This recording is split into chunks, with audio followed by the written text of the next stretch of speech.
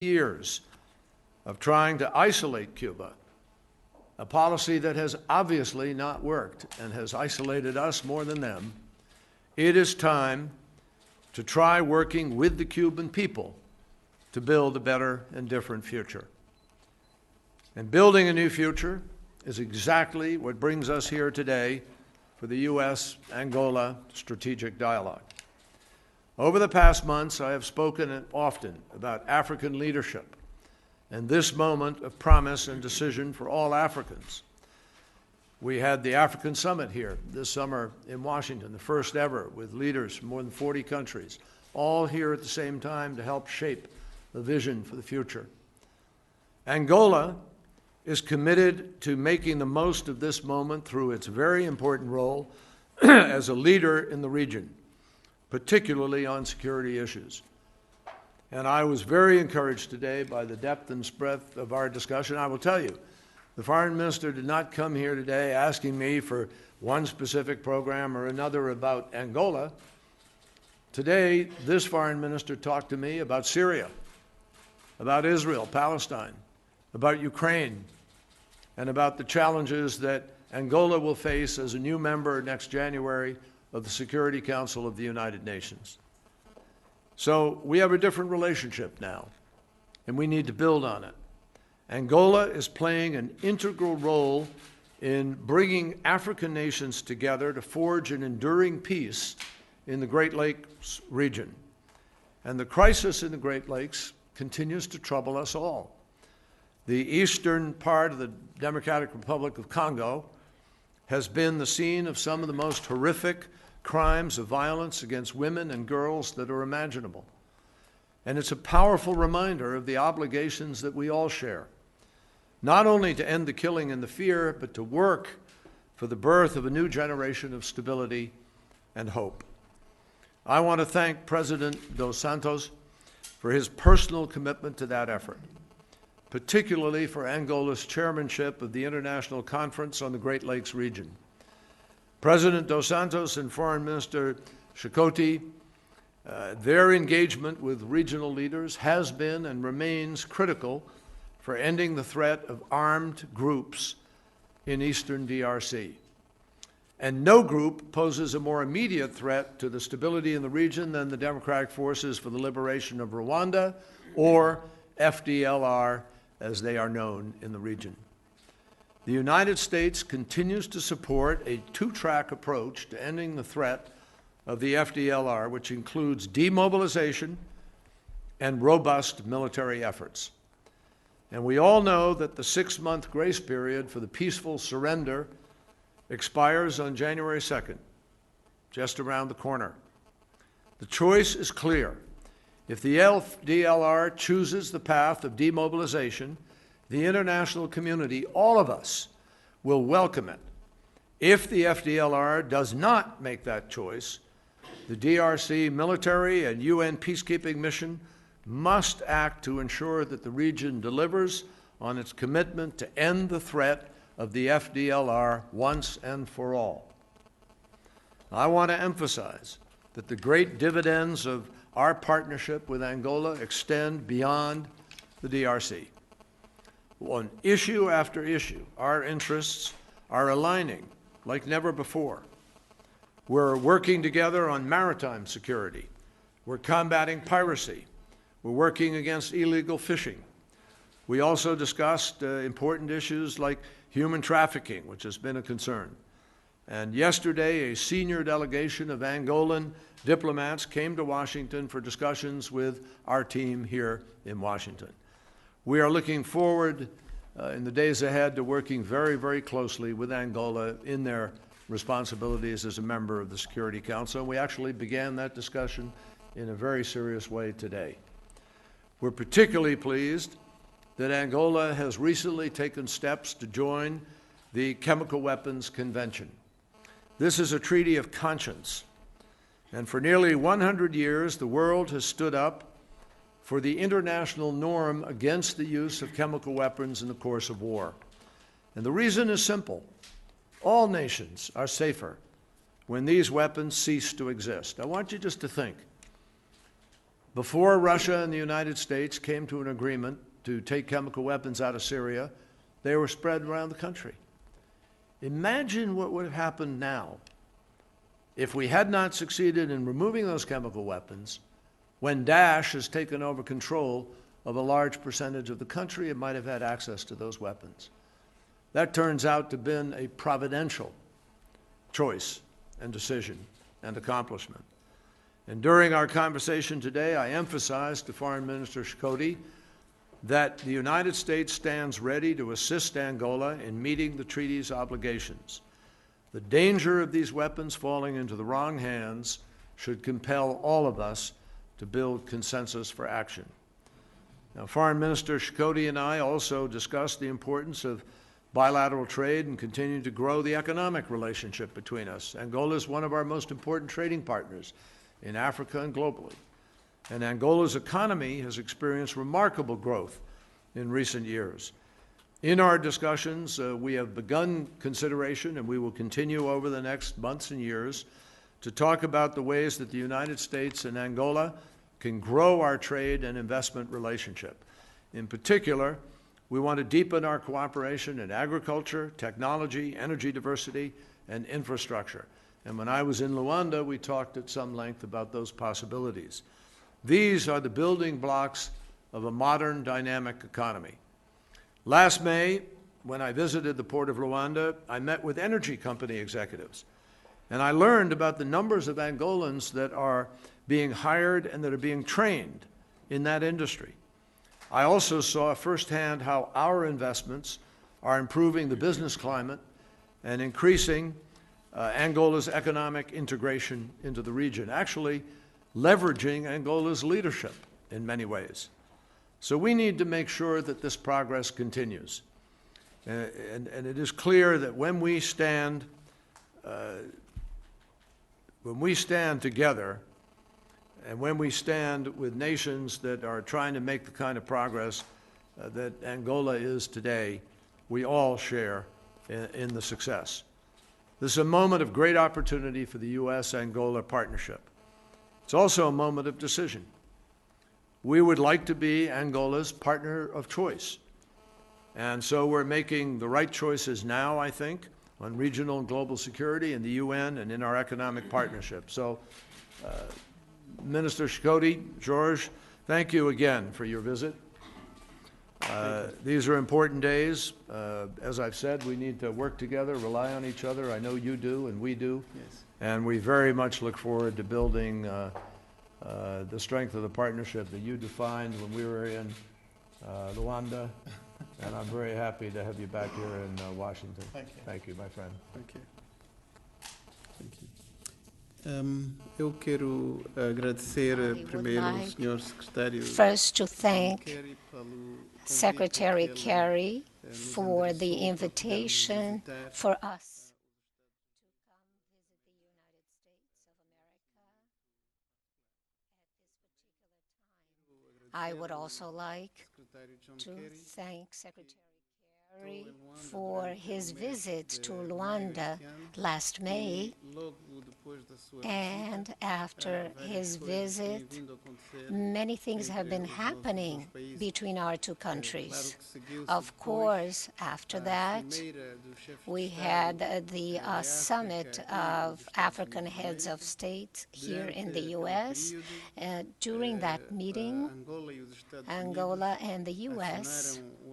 signed the Exim Bank agreement, which will allow us to finance transportation projects as well as energy projects, and also and with Ambassador Lalime in Angola, we've been accelerating our cooperation, which have opened the way to meetings of the technical groups preparing for the summit about security and energy at the Gulf of Guinea, which will take place at the beginning of next year, probably during the first quarter. And we observed that the level of the agreements, AGOA as well, and the TIFA and the TIFA, are witness of a cooperation between Angola and the U.S. Our conversation today was especially important because we didn't just talk about bilateral issues, as the Secretary Kerry mentioned. We talked about human rights, we talked about our agreements on human trafficking and the cooperation that we have among our institutions and both governments. Also, the U.S. were happy with Angola about the Chemical Weapons Convention, which is being reviewed by our parliament. Of course, all countries in the world should work towards a world freer from such weapons. Therefore, our meeting with the U.S. was extremely important, taking into account all the aspects of our bilateral cooperation. Of course, we talked about the Great Lakes region. The U.S. congratulated what Angola has been doing along those lines, so that our contribution towards peace in that area grows. That is a region that should already be in peace, but there are some rebel groups there. The collective efforts of the region have allowed the end of the M23 and then the AD-FNL, but FDLR is still a concern for us, and it is a pertinent item on our agenda. And the International Conference on the Great Lakes, the UN, local organizations are all working very hard to see an end to this. We need a peaceful solution, and FDLR have to abide by their promises. Up to the 2nd of January, such forces will have to demilitarize, and that is their compromise. FIB under the UN will be watchful and will have to make them do their part. The recent meeting between SADC, the International Conference of Great Lakes, the African Union, and the AU in Addis Ababa discussed the importance of this issue, and we all have a duty to make it so that those forces do their part, and we are ready to act if they don't. We also talked about important issue that the Secretary of State mentioned, especially global security, the Middle East, the situation in Israel, in Syria, Ukraine, and therefore we talked about many issues, and our conversations show that we share our opinion on all of them. And as far as the UN is concerned, we will continue to cooperate. We will continue conversing, and Africa and Angola, of course, representing the African continent with the other 3 countries, will work in a coordinated way with the Security and Peace Council of the African Union. Therefore, I would be remiss if I did not congratulate the U.S. for the decision that President Obama made today about sanctions against Cuba, to start diplomatic relations with that country, because this is a battle in which we were on opposite sides. Therefore, for many, many years, there was this oppression of the Cuban people for not being able to have a relationship with the U.S. Therefore, we congratulate President Obama, Secretary Kerry, because it was not comfortable to see the U.S. condemn Cuba at the General Assembly of the UN due to its policies, and the U.S. was also looking at Cuba as a sponsor of international terrorism, and this is all changing. So this is a better and bigger dialogue space that's being opened not only with Cuba, but with all the countries that supported Cuba. Therefore, our congratulations to the U.S. for that. Once more, I would like to thank you for inviting me, Mr. Secretary, so that Angola and the U.S. can meet under the auspices of the Strategic Partnership Dialogue. And I think that we did much more during this period in which Mr. Secretary has been in office. We met in Addis Ababa, and he visited us this year, and we met during the African Summit, and this shows the commitment of the U.S. in a very positive way, and we'd like to encourage this effort on the part of the U.S. Thank you very much. Thank you, John. The first question will be from Ali Weinberg of ABC News. Thank you. To Mr. Secretary, there's a lot going on in the world, so I hope you'll indulge me in asking about two topics. First, on Cuba, several members of Congress have already made their opposition known to lifting the trade embargo and related measures announced today, over which they do have some discretion. How do you expect the political atmosphere here in the United States to affect your efforts to normalize relations with Cuba? And second, you met with Alan Gross today, and you talked a bit about that, but how did you perceive his health and his demeanor? Can you tell us a bit about how he's doing?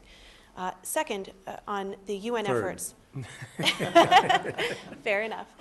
Palestinian leaders are reportedly planning to submit a UN security resolution as early as this afternoon, perhaps they've already done it since we've been in this room, that would demand an Israeli pullout from the West Bank and East Jerusalem. What is your understanding of the status of that resolution at this time, and how would the United States respond to it? And to what extent does the planned submission of this resolution undermine your efforts earlier this week to find common ground between Israelis and Palestinians? And finally, for Foreign Minister Chikoti, how concerned are you on maritime security that the Gulf of Guinea will become a bigger problem for Angola and its neighbors with respect to terrorism threats? And to what extent did that come up today during the strategic dialogue? Thank you. Do you want to go first? Go ahead, please. Okay. Well, I don't know whether I'm going to answer in English or in Portuguese. I think the Angolan press, but maybe Do both. I think this conference is particularly important, and we should congratulate the ambassador of the United States in Angola because, very recently Angola was faced with a terrorist attack on one of its platforms, and we did not realize up till now how important and serious the threat was on the Gulf of Guinea.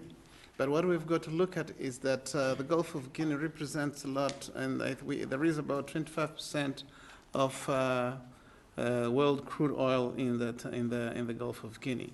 But you also have many countries and borders and a lot of trade within the region. So the safety of the Gulf of Guinea is particularly important, and that's why this conference is going to be a conference on security and energy.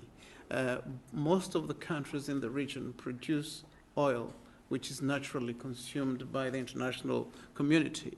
And so we think that unless we address very well this issue of having a navy that is capable in the region, but if we can't do it, then we will have to have our partners, the United States, France, and others who are our international partners, who eventually can work with our armies to make sure that we guarantee security in that particular region. I think that one of the issues will also be interstates. I think that some of the piracy comes from within the states of the region. I think that one will have to be handled by governments within the region. So I think we need to work on all these aspects of the problem so that we solve the problem. So we've got to talk during the conference, propose solutions, and then looking at how local governments will do their part and how we can bring in our partners as well so that we can guarantee security in that region. Thank you. All right, you were just watching as the Angolan Prime Minister and U.S. Secretary of State John Kerry spoke to the press, did a question and answer session, as well as addressed the U.S. Angolan relations, the state of affairs around the world, as well as what was earlier discussed this morning, the improved U.S.-Cuba relations. That was a Fox 10 News Now update. As always, if you subscribe to youtube.com/Fox10Phoenix, you will get breaking news as it happens right here on Fox 10 News Now. I'm Samia Khan. Thanks for watching.